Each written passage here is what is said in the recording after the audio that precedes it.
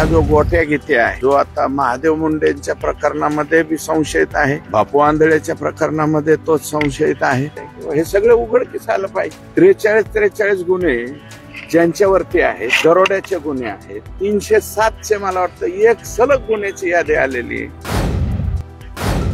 ज्यावर तब्बल 43 गुन्हे दाखल आहेत। जो महादेव मुंडे हत्या प्रकरणातला मुख्य आरोपी आहे तो गोट्या गित्ते सध्या मोकाट फिरतोय। गोट्या गित्तेचा आणखी एक नवीन व्हिडिओ समोर आलाय, तोही एका माजी आमदारासोबत जेवताना। गोट्याचा बाळासाहेब आजबे यांच्यासोबतचा व्हिडिओ आता सोशल मीडियावर व्हायरल होतोय।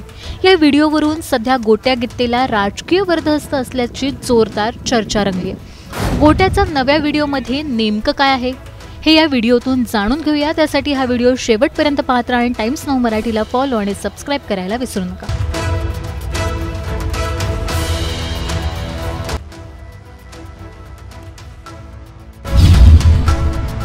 43 गुन्हे ज्यांच्यावरती आहेत, दरोड्याचे गुन्हे आहेत, 307 मला वाटतं एक सलग गुन्ह्याची यादी आलेली आहे। बीडमधील व्यापारी महादेव मुंडे यांची अतिशय निर्घृण पद्धतीने हत्या करण्यात आली।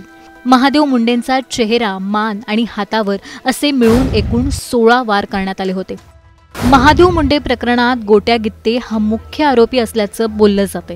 गोट्यावर याआधी खंडणी, गुन्हेगारी धमक्या, दहशतीचे प्रकार असे तब्बल 43 गुन्हे दाखल आहेत, मात्र तो अद्याप पोलिसांच्या हाती लागलेला नाही। सोशल मीडियावर आपल्या दहशतीचे अनेक व्हिडिओ व्हायरल झालेल्या गोट्याचा आणखी एक व्हिडिओ समोर आलाय, ज्यात गोट्या जेवतोय, तेही कुणासोबत तर आष्टी विधानसभा मतदारसंघाचे माजी आमदार बाळासाहेब आजबे यांच्यासोबत। बाळासाहेब आजबे हे अजित पवार गटाचे नेते, म्हणजेच हा प्रकार फक्त सामाजिक नाही तर राजकीय दृष्ट्या गंभीर आहे। या व्हिडिओवरून गोट्या गित्तेच्या पाठीशी अजित पवार गटातील काही नेत्यांचा पाठिंबा आहे का असा सवाल केला जातोय। गोट्या गित्तेचा एक वेगळा चेहरा समोर आलाय। सोशल मीडियावर राजकीय नेत्यांसोबत व्हिडिओ, रील्स टाकून स्वतःची दहशत टिकवायची, नेत्यांसोबत फोटो, डायलॉगबाज रील्स आणि सोशल मीडियावर व्हायरल होऊन स्थानिक पातळीवर आपली दहशत निर्माण करायची ही गोट्याची स्टाईल बनली आहे। मुलीला उतरून आणतो, घरातून टाकून देतो, कोणासोबत संबंध आहे? वाल्मिक अण्णा कराड सोबत। जितेंद्र आव्हाड वंजारी असून मला वाटतंय ते वंजारी समाजाचा नाहीच। पण प्रश्न हा आहे, ही सगळी माध्यमं वापरून पोलीस आणि यंत्रणा गोट्याला अद्याप का पकडू शकत नाहीत असा प्रश्न बीडवासीय विचारतायत। सामान्य गुन्हेगार मोकळा फिरतोय आणि माजी आमदारासोबत जेवतोय। एखाद्या राजकीय पक्षाच्या नेत्याचे जर आरोपीसोबत संबंध असतील तर तो पक्ष गुन्हेगारीला समर्थन देतोय असं चित्र तयार होतं। स्थानिक राजकारणात गुन्हेगारांच्या वाढत्या हस्तक्षेपाची ही धोक्याची घंटा असल्याचं बोललं जातंय।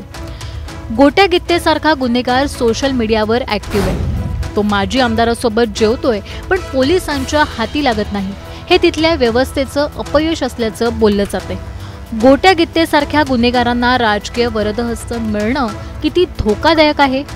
तुमचं यावर मत काय हे आम्हाला कमेंट करून नक्की कळवा। हा व्हिडिओ आवडला असेल तर लाईक करा, शेअर करा आणि अशाच बातम्या पाहण्यासाठी आमच्या चॅनलला सबस्क्राईब करा।